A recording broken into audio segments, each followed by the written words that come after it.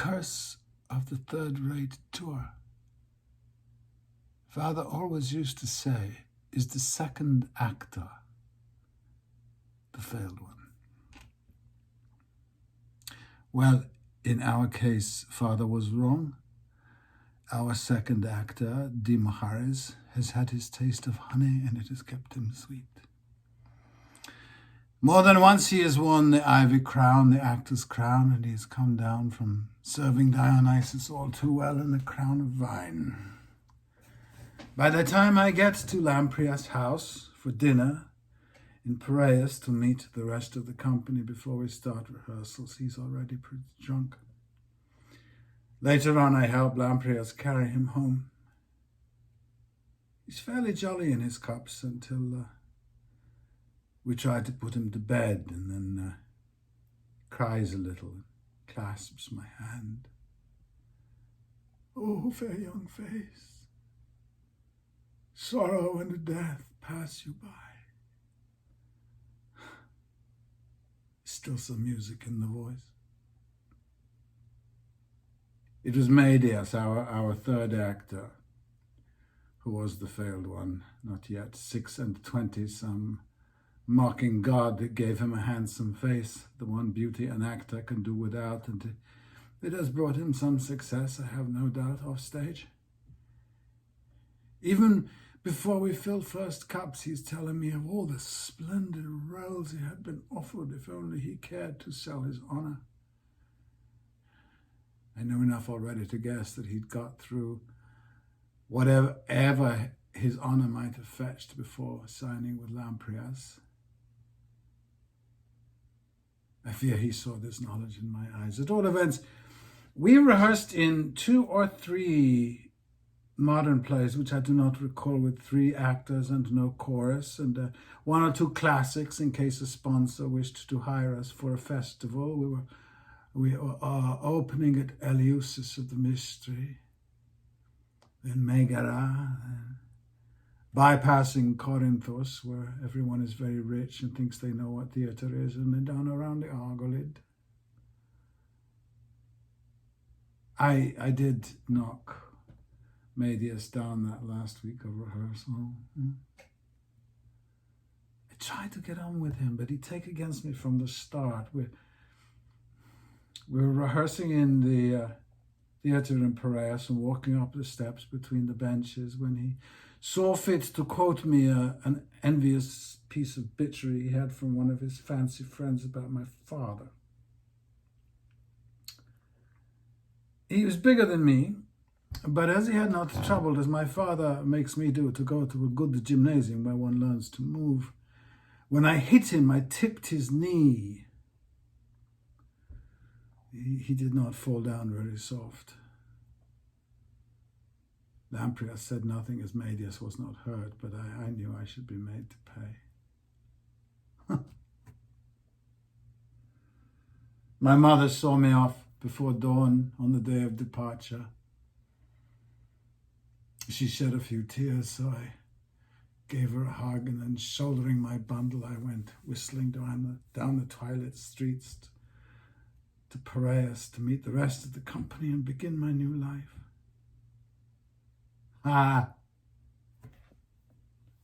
I was thrilled. Still, it was a chance a year for touring. All over Hellas, men stretched and breathed more deeply since an alliance of Thebes and Athens had astonishingly beaten the Spartans and pushed them out of Attica. But with all this, there were troops forever tramping up and down the isthmus, and in the Peloponnesus, the cities were working like a pan of yeast, throwing off the oligarchies the Spartans had set over them. We might have run into anything. Still, it was a fine morning. Remembering my Aeschylus, I peopled the glittering waters of the straits of Salamis as we passed with grinding oars, smashed sterns, rammed galleys spilling gold-turbaned Persians into the sea.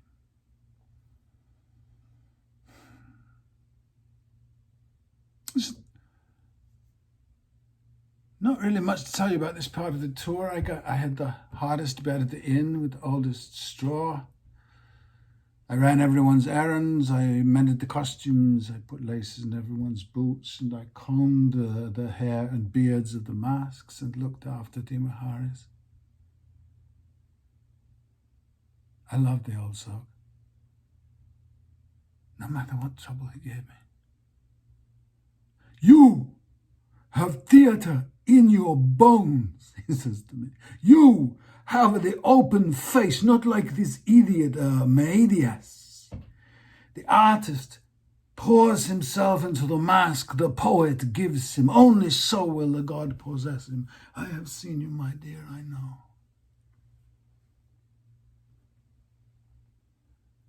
He only really gives me any trouble in the morning before the play.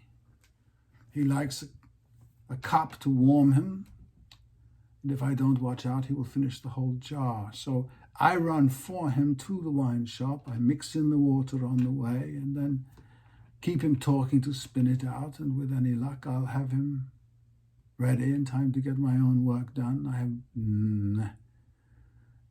little enough to do on stage. But I was content.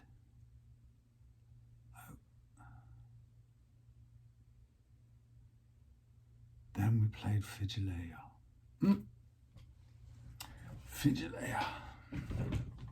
Small town in the western Peloponnesus, about 30 miles south of Olympia.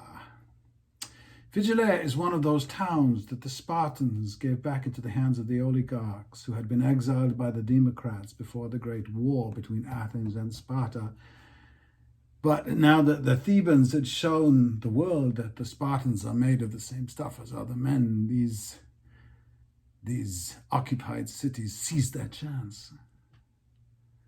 And Figileia was prompt in this, but as they began by rushing with one accord to tear in pieces the most hated oligarch, the others got away into the hills. At all events, the city council wished to hire us for a festival to celebrate this victory. Lamprias had just the play, a Cadmos by Sophocles the Younger, celebrating Thebes. You know the story. Cadmos kills the war god's dragon, is enslaved by Ares, redeemed from bondage, becomes king of Thebes, and marries Harmonia. So you have hero, angry god, punishment, redemption, wedding ceremony, and for good measure, Dimaharis wrote in a few prophecies for Apollo and somehow dragged in Figileia. The city council was delighted, and so was I, having more than usual to do, a few lines as a Theban warrior and a stand-in as Apollo, since Maedias, who played him, was also doing Harmonia.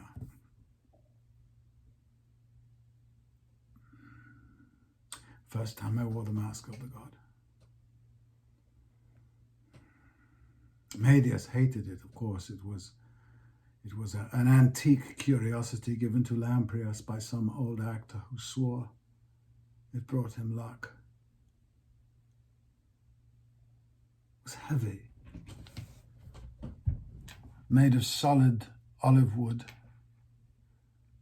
but still no hardship to wear since it had been finished smooth both inside and out.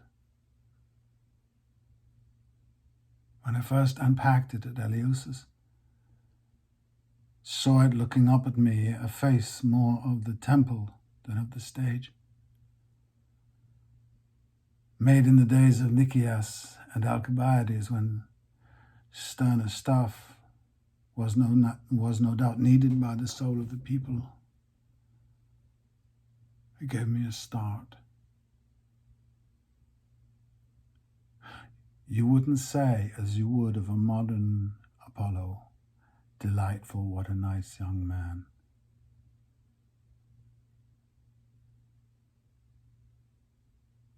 Coincidentally, an overnight stop before we get to Figileia Here's Olympia.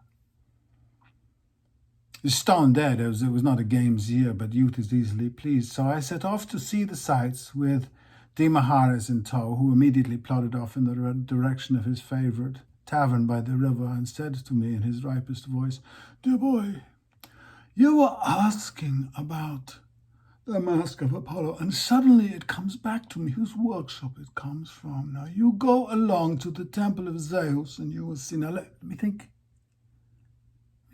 Yes. The West Gable.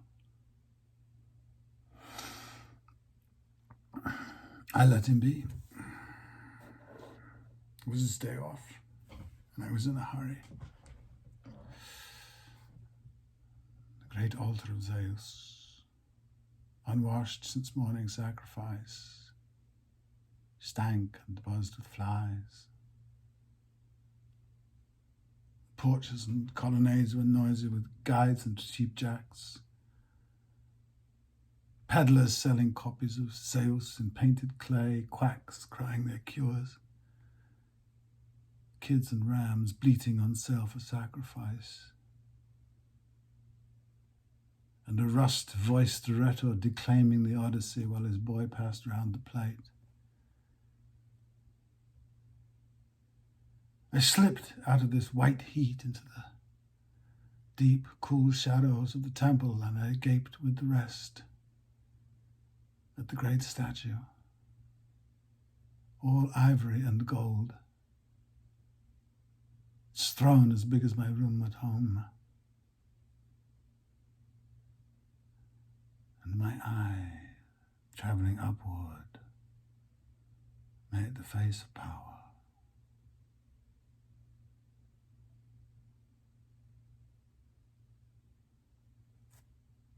I almost forgot the West Gable. There was a guide herding a gaggle of rich women, their children and nurses, and I saw him point and I heard him talk of the sculptor Pheidias.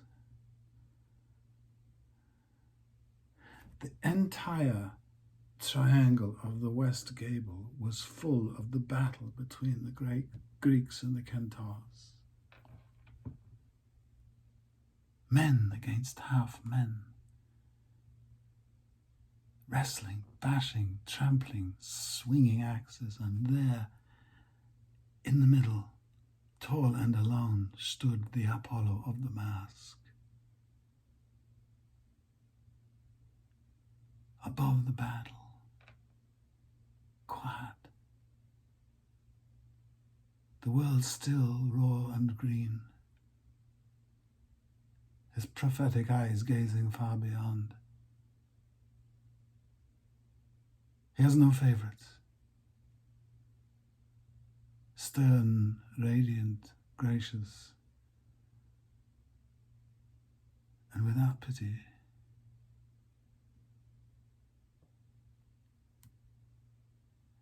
Walking back, I made a song for him, foolish nonsense any actor can think in. Old Dima Harris had drunk himself silly. He welcomed me as his lovely Hylas. The other drinkers laughed and cheered. Hylas, I said, you know what happened to him? Old Heracles let him go sightseeing, and the local nymphs took him and drowned him. Oh, no. No, don't cry. Don't cry.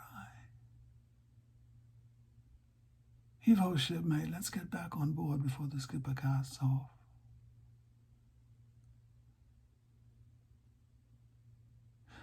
When I unpacked at Figileia, I hung the mask on its peg and I cut a bay sprig to stick beside it, and I dropped a few drops of wine on the floor. And as I was leaving the skiing room with my lamp flickering, there were eyes in the eye holes watching me off.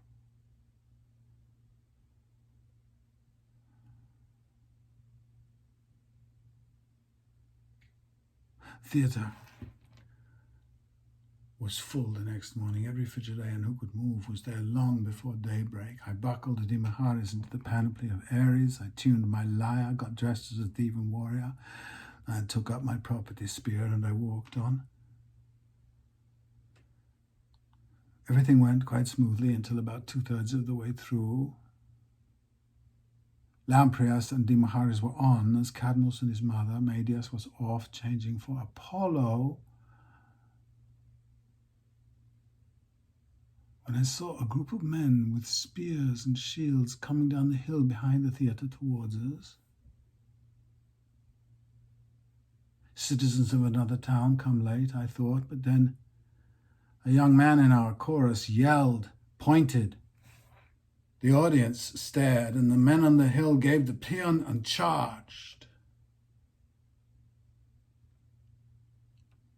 The oligarchs. The audience, unarmed in sacred precinct of theatre, began tearing up the wooden benches and struts for weapons. The young man from the chorus jumped on stage and grabbed my property spear and disappeared with his wooden blade. I don't know what I thought of doing next when I heard, booming away right beside me, Lamprias still speaking his lines. There's more sense in going on at such times than you might imagine. Everybody knows who and what you are. You stand a far better chance on stage than off. But let me tell you something.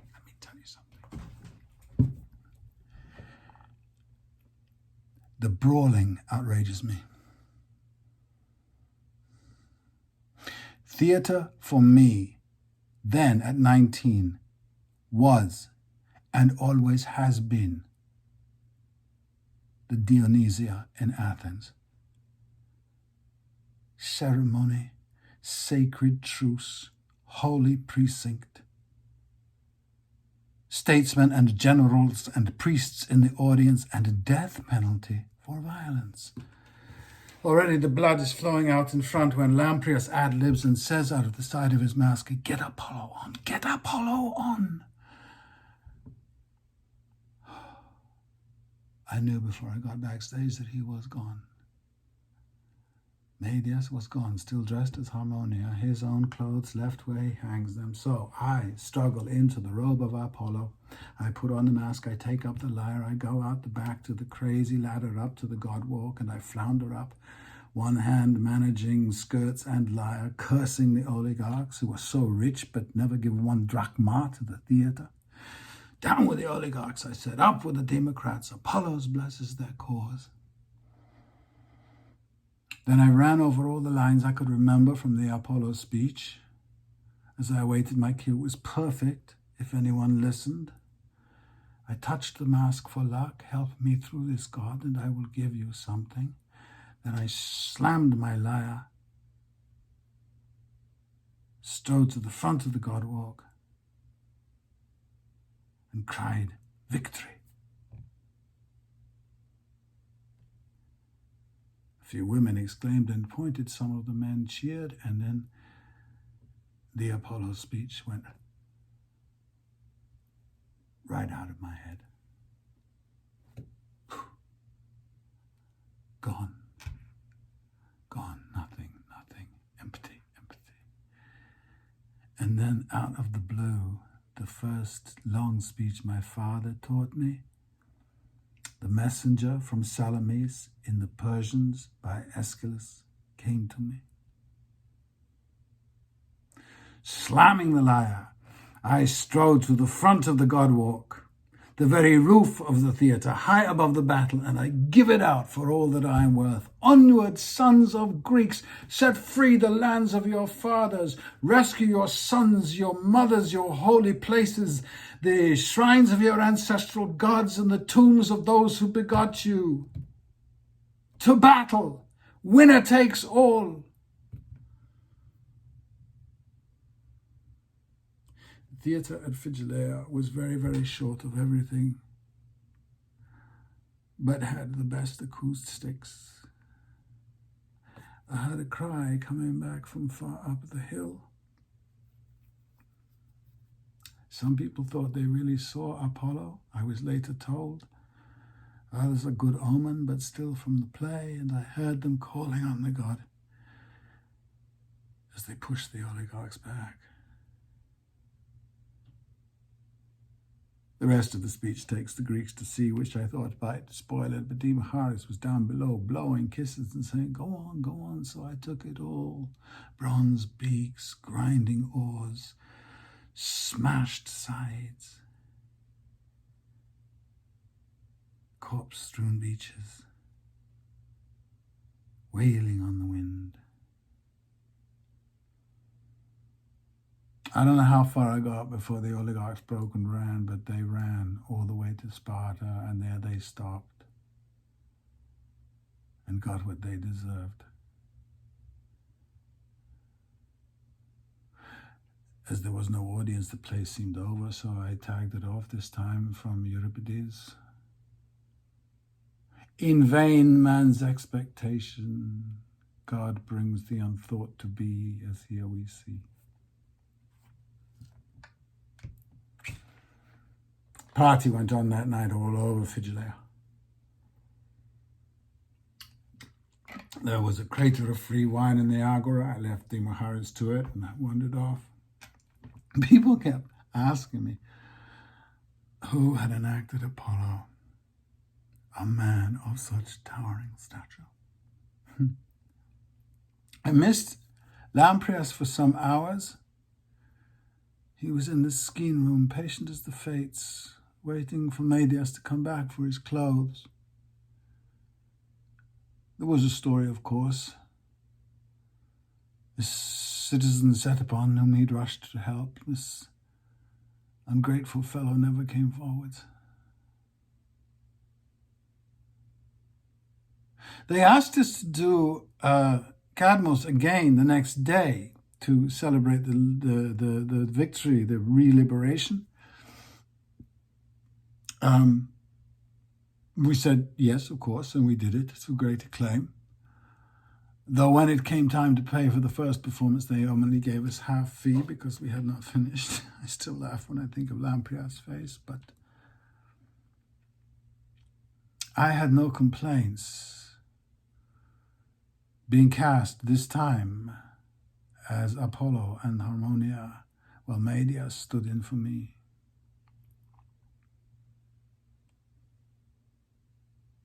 Anything can happen on tour. Now I am third actor.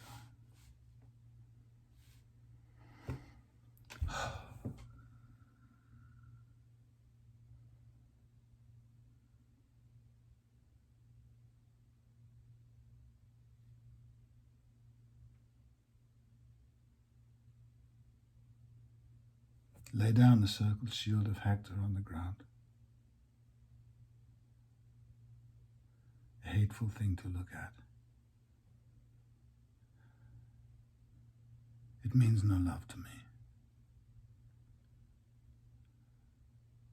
Achioi. All your strength is in your spears, not in the mind.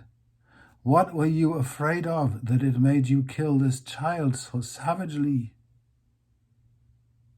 That Troy, which fell, would be raised from the ground once more. Your strength meant nothing then. When Hector's spear was fortunate and numberless strong hands were there to help him, we were still destroyed. Now when the city is fallen and the Phrygians slain, this child terrified you.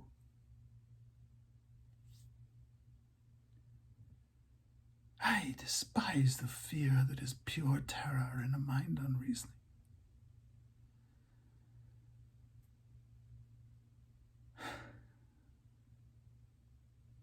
Oh, darling child, how wretched was this death.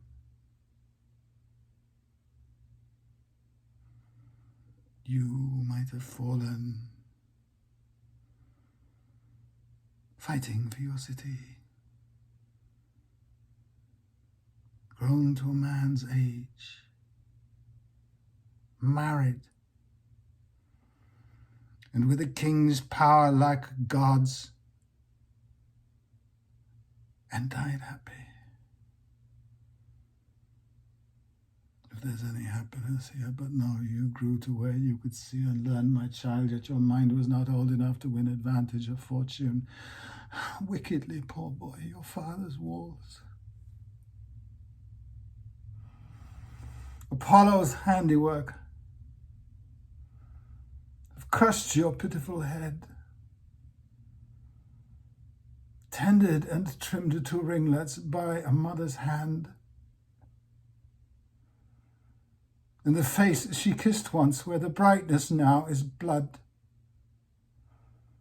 shining through torn bones. Too horrible to say more. Or little hands, sweet likenesses of Hector's once, now you lie broken at the wrists before my feet. And mouth beloved, whose words were once so confident, now you are dead.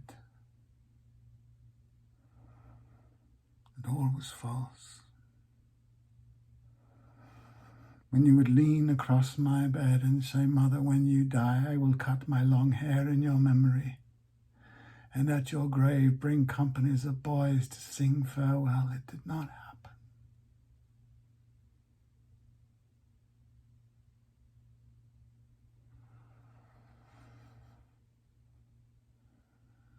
Now I, a homeless, childless old woman, must bury your poor corpse, which is so young.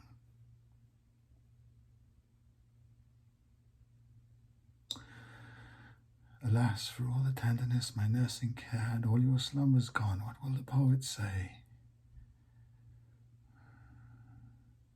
What words will he inscribe upon your monument?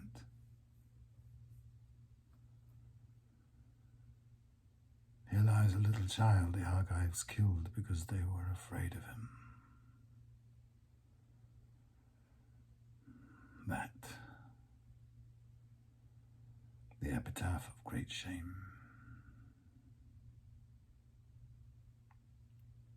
You take up your work now. Bring from what is left some robes to wrap the tragic dead. The gods will not allow us to do it right, so let him have what we can give.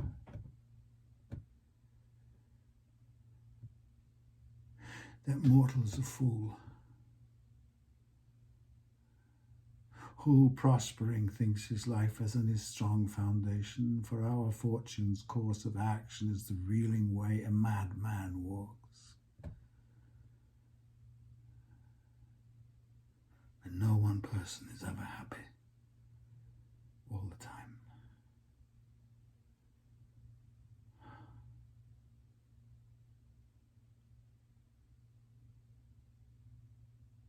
The gods have done nothing except make life hard for me. And they chose Troy of all cities to hate. In vain we sacrificed, and yet had not the very hand of God gripped and crushed this city deep in the ground, we should have disappeared into darkness and not given theme for music or the songs of men to come. You may go and hide the dead in his poor tomb. He has those flowers that are the right to the underworld.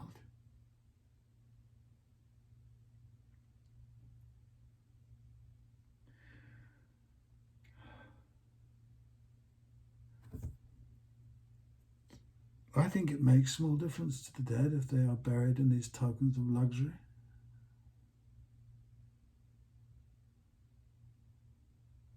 I think this is an empty glorification left for those who live.